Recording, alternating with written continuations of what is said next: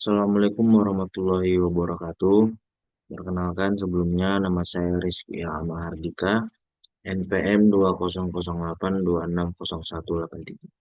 Baik, jadi di sini saya akan mempresentasikan mind mapping saya yang berjudul mind mapping saya untuk tugas semester antara blok kardiologi yang berjudul supraventricular tachycardia atau SVT. Jadi yang pertama itu kita akan membahas mengenai definisinya terlebih dahulu. Jadi definisi dari supraventricular tachycardia ini atau SVT ini adalah takikardi yang asalnya dari jaringan di atas ventricle dengan QRS-nya itu menyempit kecuali terdapat aberransi atau konduksi preekstasi. Jadi untuk klasifikasinya itu sendiri ada beberapa.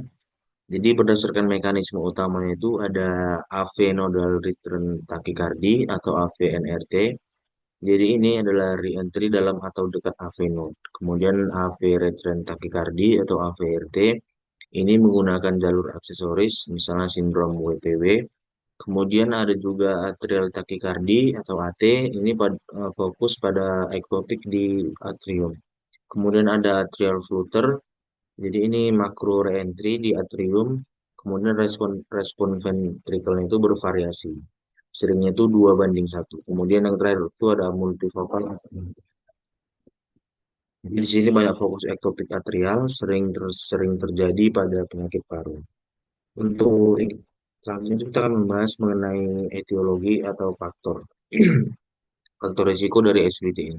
Jadi yang pertama itu yang paling mendasar itu biasanya adalah penyakit jantung struktural seperti PJK, kemudian kardiomiopati, kemudian ada juga hipertensi, gagal jantung, hipertiroidisme, kemudian ada juga stimulasi simpatik seperti stres, kafein, alkohol, nikotin, dan juga obat-obatan. Kemudian ada elektrolit tidak seimbang, biasanya terjadi pada hipokalemia atau hipomagnesemia, kemudian biasanya terjadi pada pasca operasi jantung. Untuk patofisiologi dari supraventricular tachycardia ini adalah jadi ini adalah penjelasan singkatnya. Jadi mekanisme utamanya itu re-entry AVRT dan AVL atau fokus ektopik atrial. Kemudian re-entry ini terjadi biasanya karena adanya dua jalur konduksi dengan periode refraktor berbeda sehingga impuls ini berputar kembali.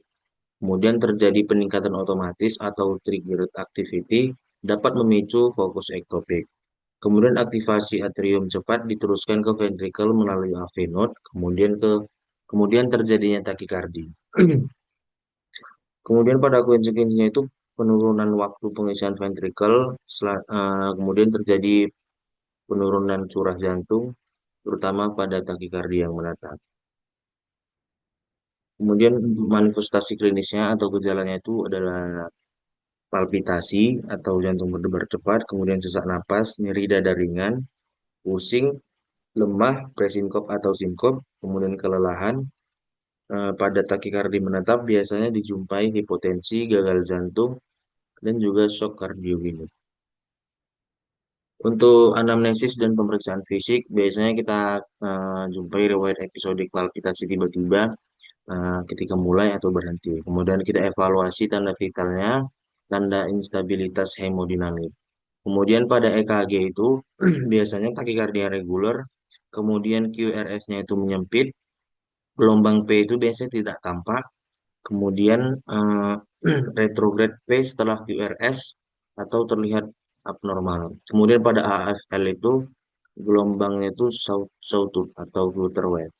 Kemudian pada pemeriksaan penunjang bisa kita minta untuk pemeriksaan analisis elektrolit seperti fungsi tiroid dan juga gas darah, EKG, kemudian juga evaluasi penyebab yang mendasari dari SVT ini.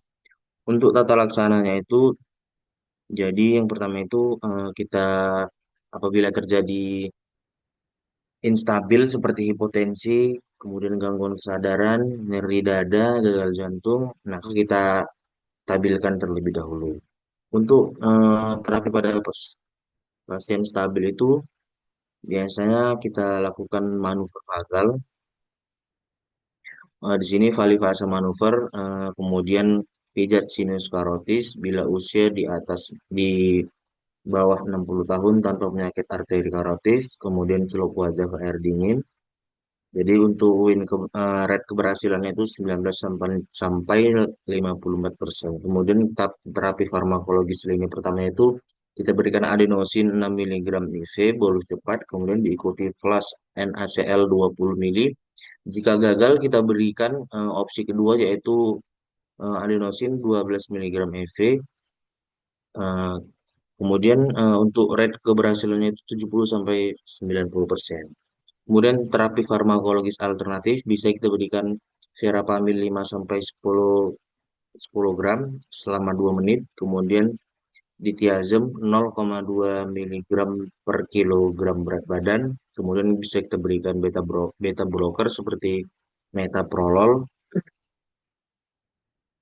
Kemudian untuk terapi spesifik menurut jenis, jadi apabila atrial flutter kita kontrol frekuensi beta blockernya. Kemudian atrial takikardi kita terapi sesuai fokus pada beta blocker apabila refraktor.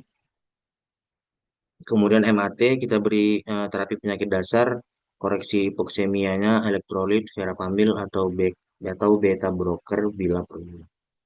Selanjutnya untuk komplikasi dari penyakit supraventrikular takikardi ini sendiri adalah yang pertama itu ada instabilitas hemodinamik atau shock kardiogenik, kemudian gagal jantung, iskemia miokard, terutama pada penyakit jantung koroner, kemudian kardiomiopati, dan juga bisa terjadi tromboemboli.